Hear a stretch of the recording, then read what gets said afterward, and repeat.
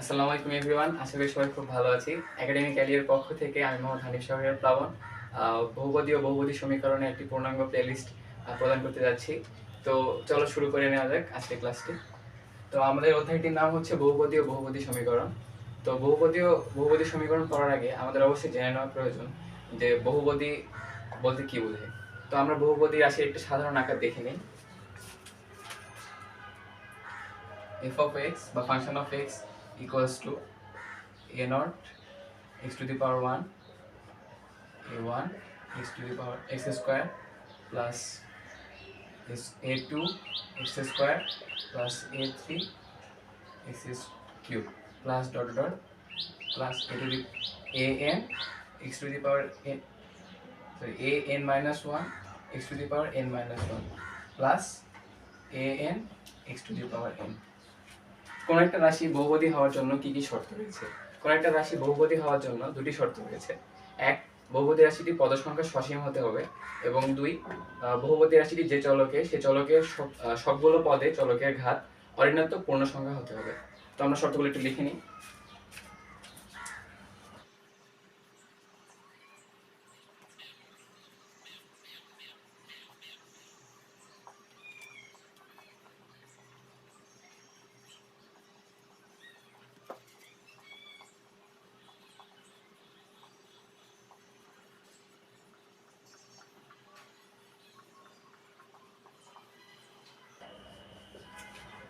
কোন রাশি বহুপদী রাশি হওয়ার দুইটি শর্তের মধ্যে একটি হচ্ছে পদ সংখ্যা সসীম হতে হবে, অর্থাৎ পদ সংখ্যা অসীম হওয়া যাবে না। আর চলকের ঘাত অঋণাত্মক পূর্ণ সংখ্যা হতে হবে, অর্থাৎ শূন্য থেকে যে কোনো স্বাভাবিক সংখ্যা চলকের ঘাত হতে পারে। তো এখন আমরা x সংক্রান্ত বিভিন্ন রাশি থেকে কোনটি বহুপদী আর কোনটি বহুপদী নয় সেটি জানার চেষ্টা করব। তো প্রথমে আমরা প্রথম উদাহরণটি দেখে নিই।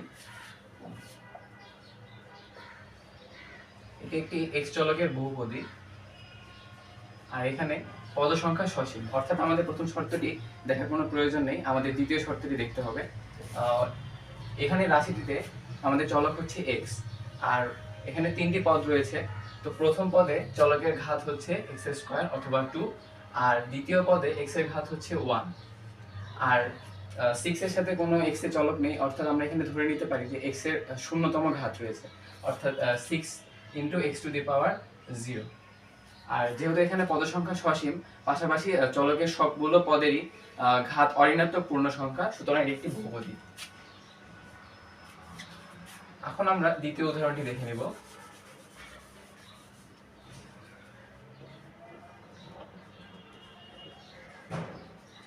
সবার মনে একটি ছোট বড় প্রশ্ন থাকতেই পারে যে বহুপদী বলতে কি সবসময় একাধিক পদ হতে হবে? না, একটি পদও বহুপদী হতে পারে, তবে শর্ত দুটি অবশ্যই পূরণ করতে হবে। আমরা দেখতে পাচ্ছি এখানে x চলকে একটি মাত্র পদ রয়েছে, অর্থাৎ পদ সংখ্যা সসীম, আর এখানে x এর চলকের ঘাত হচ্ছে 2, অর্থাৎ এটি একটি বহুপদী।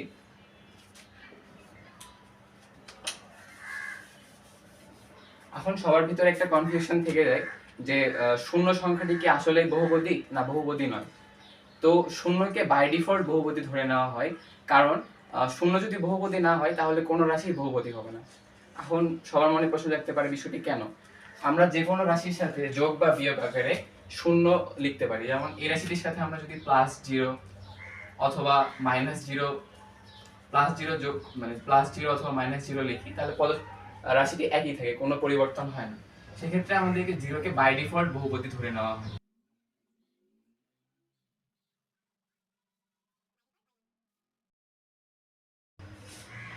এখন যে কোনো একটি আলাদা সংখ্যা কি বহুপদী হতে পারে? হ্যাঁ, হতে পারে। আমরা 4 নম্বর উদাহরণটি দেখে নিই, তাহলে আমরা বুঝতে পারবো। এখানে একটি সংখ্যা রয়েছে 7, 7 কে আমরা চাইলে লিখতে পারি 7 ইনটু 1, আর 7 ইনটু আমরা যে কোনো একটি চলক তার উপর টু দি পাওয়ার 0 দিলে সেটির মানও 1 আসে, আমরা 7 into x to the power 0 লিখতে পারি। এখানে আমরা দেখতে পাচ্ছি পদ সংখ্যা সসীম, আর হচ্ছে x এর ঘাত অঋণাত্মক পূর্ণ সংখ্যা 0, অর্থাৎ 7 বা যে কোনো স্বাভাবিক সংখ্যা একটি আলাদা আলাদা বহুপদী।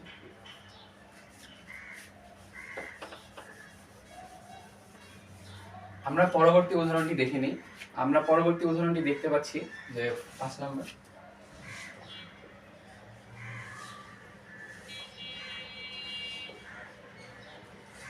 x সংক্রান্ত এই রাশিটি কি বহুপদী? তো আগে দেখে নেওয়া শর্তগুলো পূরণ করছি কিনা। আমরা দেখতে পাচ্ছি এই রাশিটির পদ সংখ্যা সসীম বা 3টি পদ রয়েছে।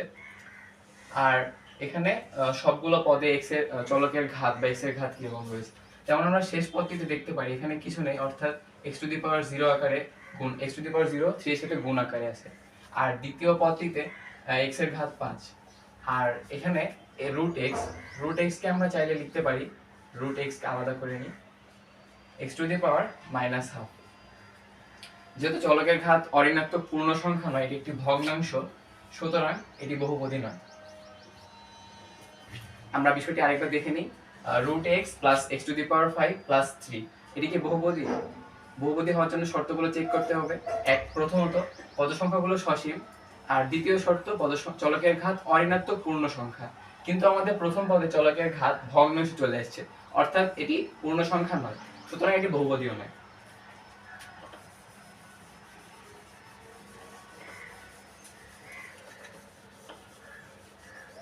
এরপর আমরা পরের উদাহরণটি দেখে নিই।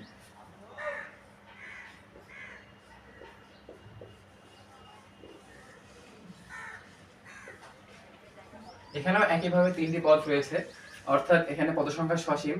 আর আমরা চলকের ঘাতগুলো চেক করে নিই। শেষ পদের সাথে আমরা x⁻0 গুণ আকারে আছে এটি ধরে নিতে পারি, কারণ আর দ্বিতীয় পদে x এর ঘাত 3। আর আমরা 1/x কে চাইলে লিখতে পারি 1/x = x⁻−1, অর্থাৎ এটি ঋণাত্মক চলে আসছে। আর চলকের ঘাত ঋণাত্মক হওয়া সম্ভব নয় বহুপদীর ক্ষেত্রে, অর্থাৎ এটিও বহুপদী নয়।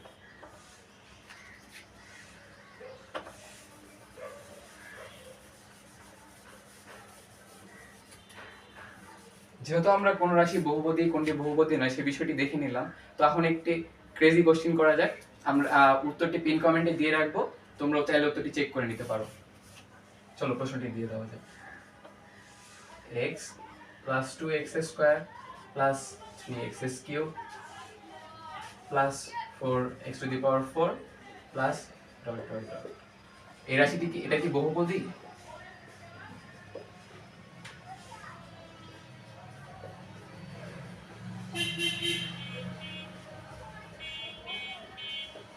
তোমরা চাইলে উত্তরটি কমেন্টে দিয়ে রাখতে পারো, আর পিন কমেন্টে প্রশ্নটির উত্তর দেওয়া থাকবে, সেখান থেকে তোমরা চাইলে উত্তরটি দেখে নিতে পারো।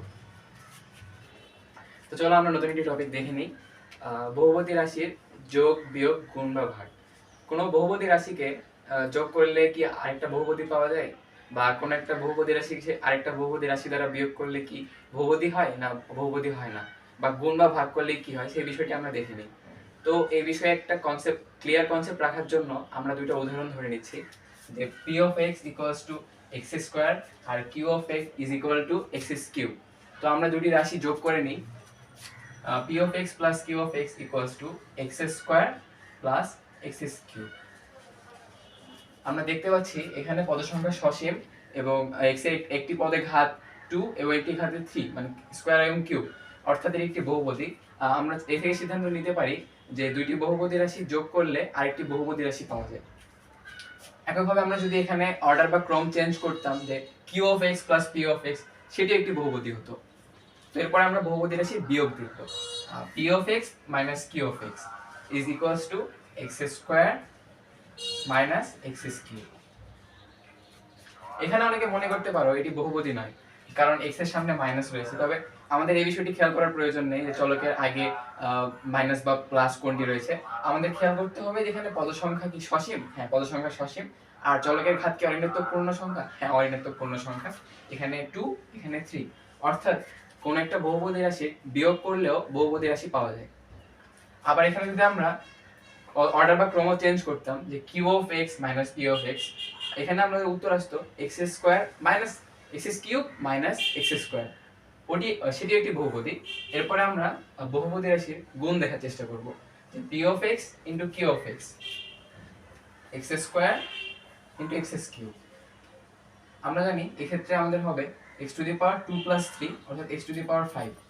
x⁵ একটি বহুপদী, কারণ এখানে একটি পদ রয়েছে আর চলকের ঘাত 5, অর্থাৎ এটি একটি বহুপদী। এখন আমাদের সবার মনে একটি প্রশ্ন থাকতে পারে, যে যোগ বিয়োগ গুণ করলে যেহেতু বহুপদী পাওয়া গেল, অর্থাৎ সেক্ষেত্রে ভাগ করলেও বহুপদী পাওয়া যাবে। তবে এই কথাটি সত্য নয়, কারণ ভাগ করলে সব সময় বহুপদী পাওয়া যায় না। এটি আমরা এই উদাহরণটির সাহায্যে দেখে নিই। প্রথমে আমরা পি অফ এক্স ভাগ কিউ অফ এক্স করব। X square divided by X cube, যেটি কিনা X to the power 2 minus 3 অর্থাৎ -1। অর্থাৎ আমরা দেখতে পাচ্ছি এখানে চলকের ঘাত অঋণাত্মক চলে এসেছে, অর্থাৎ এটি বহুপদী নয়। আবার ভাগ করলে কি সবসময় বহুপদী হবে না? না, এটিও সত্য নয়। আমরা কিউ অফ এক্স কে পি অফ এক্স দ্বারা ভাগ করি।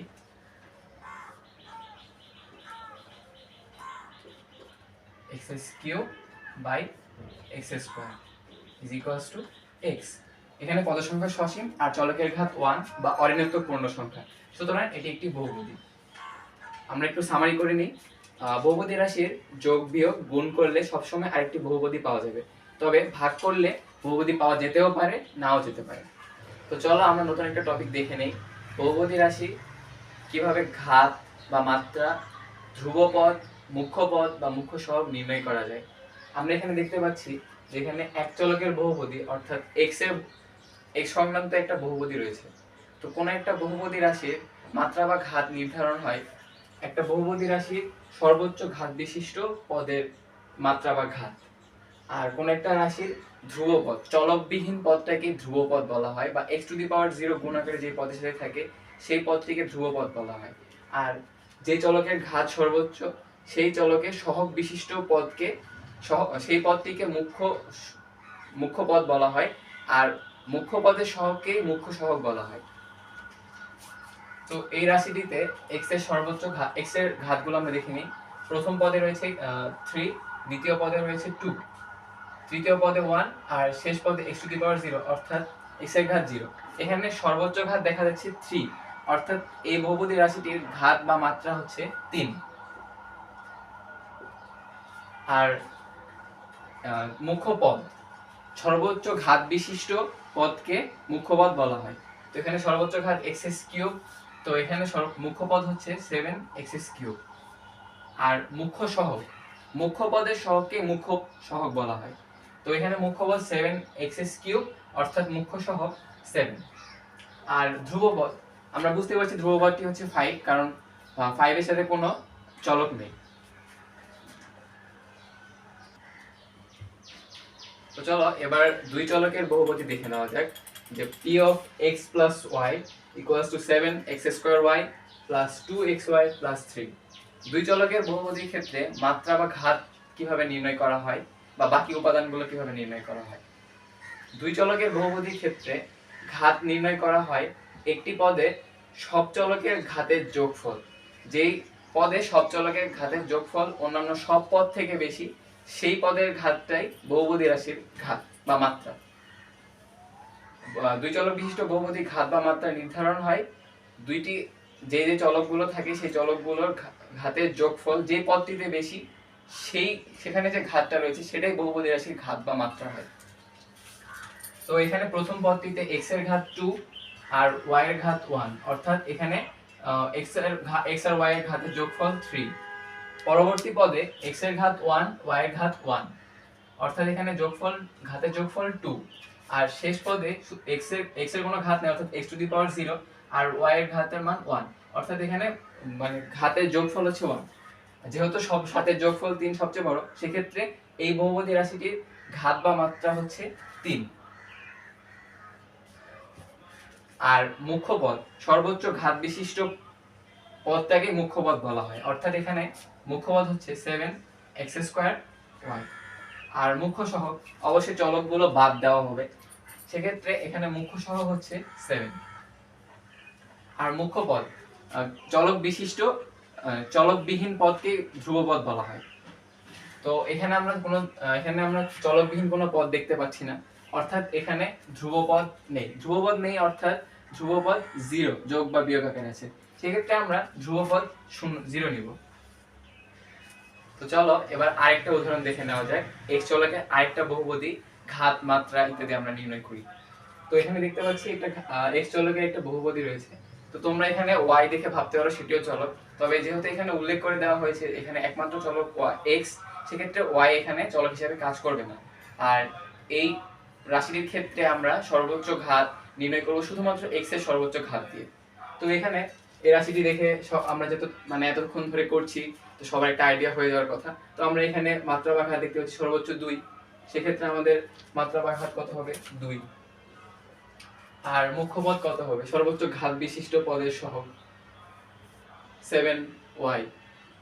চলক বাদে যতটুকু রয়েছে পুরোটাই হচ্ছে চলক সহ যে অংশটা সেটা হচ্ছে মুখ্য পদ, আর চলক বর্জিত যে অংশটা সেটা হচ্ছে মুখ্য সহ। তো আমরা এখানে মুখ্য পদ দেখতে পারি 7x²y, আর মুখ্য সহগ কি হবে চলক বাদের অংশটা, এখানে x হচ্ছে চলক, চলক বাদের অংশটা মুখ্য সহগ 7y। আর এখানে ধ্রুবপদ কি হবে, এখানে ধ্রুবপদ হবে y, কারণ y কোনো চলক নয়, তো সেক্ষেত্রে ধ্রুবপদ y হবে। সবাই কি বুঝতে পেরেছো? না আসলে তোমরা কিছুই বুঝতে পারোনি, এটি হয়নি, এটি ভুল। কারণ এখানে x² এর দুইটি পদ রয়েছে, আমরা সেটিকে একসাথে কম্বাইন করিনি। তো আমাদের এখন এই বিষয়টি কিভাবে করতে হয় সেই বিষয়টি আমরা একটু দেখে নিই। এখানে x² এর দুইটি পদ একসাথে রয়েছে, সেটি আমরা কমন নিতে পারি, এবং সেটি কমন নিলে একটা আলাদা পদ হিসেবে আমরা পাবো।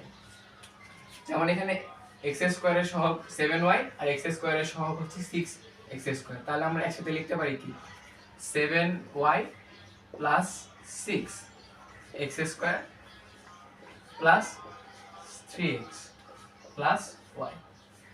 এখানে x এর এই রাশিটির ঘাত বা মাত্রা হচ্ছে 2, আর মুখ্য পদ হচ্ছে x এর মানে সর্বোচ্চ ঘাত বিশিষ্ট পদ, তাহলে কি হচ্ছে 7x plus 7y plus 6 into x²। আর মুখ্য সহগ কি ঘাত চলক বর্জিত অংশটুকু, তাহলে মুখ্য সহগ হচ্ছে কি 7y প্লাস 6, আর ধ্রুবপদ হচ্ছে y। তো আমাদের এই রাশিগুলো সলভ করার ক্ষেত্রে অবশ্যই খেয়াল রাখতে হবে যে সর্বোচ্চ ঘাত বিশিষ্ট পদের আরো একাধিক পদ রয়েছে কিনা, তো সেই বিষয়গুলো থাকলে আমাদের কমন নেওয়ার মাধ্যমে সলভ করার চেষ্টা করতে হবে। তো x চলকের আরেকটি উদাহরণ দেখে নেওয়া যাক, যারা এখন পর্যন্ত বিষয়টি বুঝতে পারোনি এই উদাহরণের মাধ্যমে বোঝার চেষ্টা করতে পারো, তবে একটু সাবধান থাকবে। তো আমরা এখানে দেখতে পাচ্ছি x এর সর্বোচ্চ ঘাত কত 3, 2, হ্যাঁ এখানে x এর সর্বোচ্চ ঘাত 3, তাই না? হ্যাঁ, তাহলে x এর সর্বোচ্চ ঘাত 3, আর মুখ্য পদ কত সর্বোচ্চ ঘাত বিশিষ্ট পদ 7x³, আর মুখ্য সহগ কত সর্বোচ্চ ঘাত বিশিষ্ট পদের সহগ মুখ্য সহগ 7, আর ধ্রুবক পদ কত, এখানে কোনো ধ্রুবক পদ নেই অর্থাৎ 0। তোমরা সবাই কি বুঝতে পেরেছো? হ্যাঁ তোমরা আসলে বুঝতে পেরেছো, তোমরা কিচ্ছুই বুঝতে পারোনি। এটা কি বহুপদী? এটা তো বহুপদী না। বহুপদী না হলে সেটার মুখ্য মাত্রা বা ঘাত মুখ্য পদ মুখ্য সহগ ধ্রুবপদ কিভাবে থাকে, এখানে দেখতে পাচ্ছ না 1/x equals to x inverse 1, অর্থাৎ চলকের ঘাত অঋণাত্মক, অর্থাৎ এটি বহুপদী নয়, এটার মাত্রা বা ঘাত কোনো কিছু থাকার সম্ভাবনাই নেই। তো এবার দেখে নেওয়া যায় যে বহুপদী সমীকরণ বলতে কি বোঝানো হয়। তো বিষয়টি বোঝার আগে আমাদের জানতে হবে যে রাশি বিষয়টা কি আর সমীকরণ বিষয়টা কি। রাশিতে ডান পক্ষ বাম পক্ষ থাকে না, তবে সমীকরণে ডান পক্ষ এবং বাম পক্ষ থাকে। তো আমরা এই বিষয়টি বুঝে নিই, তার আগে দুটো ফাংশন কল্পনা করি যে p(x) আর q(x), ধরে নিই দুটি সমান p(x) ইকুয়ালস টু q(x), তো এই ক্ষেত্রে আমরা p লিখতে পারি p(x) minus q(x) equal to 0। কোন একটা ফাংশন যদি 0 হয় তাহলে আমরা সেটিকে বহুপদী ধরে নিতে পারি। তো আমরা ধরে নিই যে p(x) minus q(x) equals to f(x) equals to 0, অর্থাৎ এটি একটি সমীকরণ। এখন সমীকরণের আরেকটি বিষয় সম্পর্কে জেনে নেওয়া যাক যে একটা n ঘাত বিশিষ্ট সমীকরণের n সংখ্যক মূল থাকে। n ঘাত বিশিষ্ট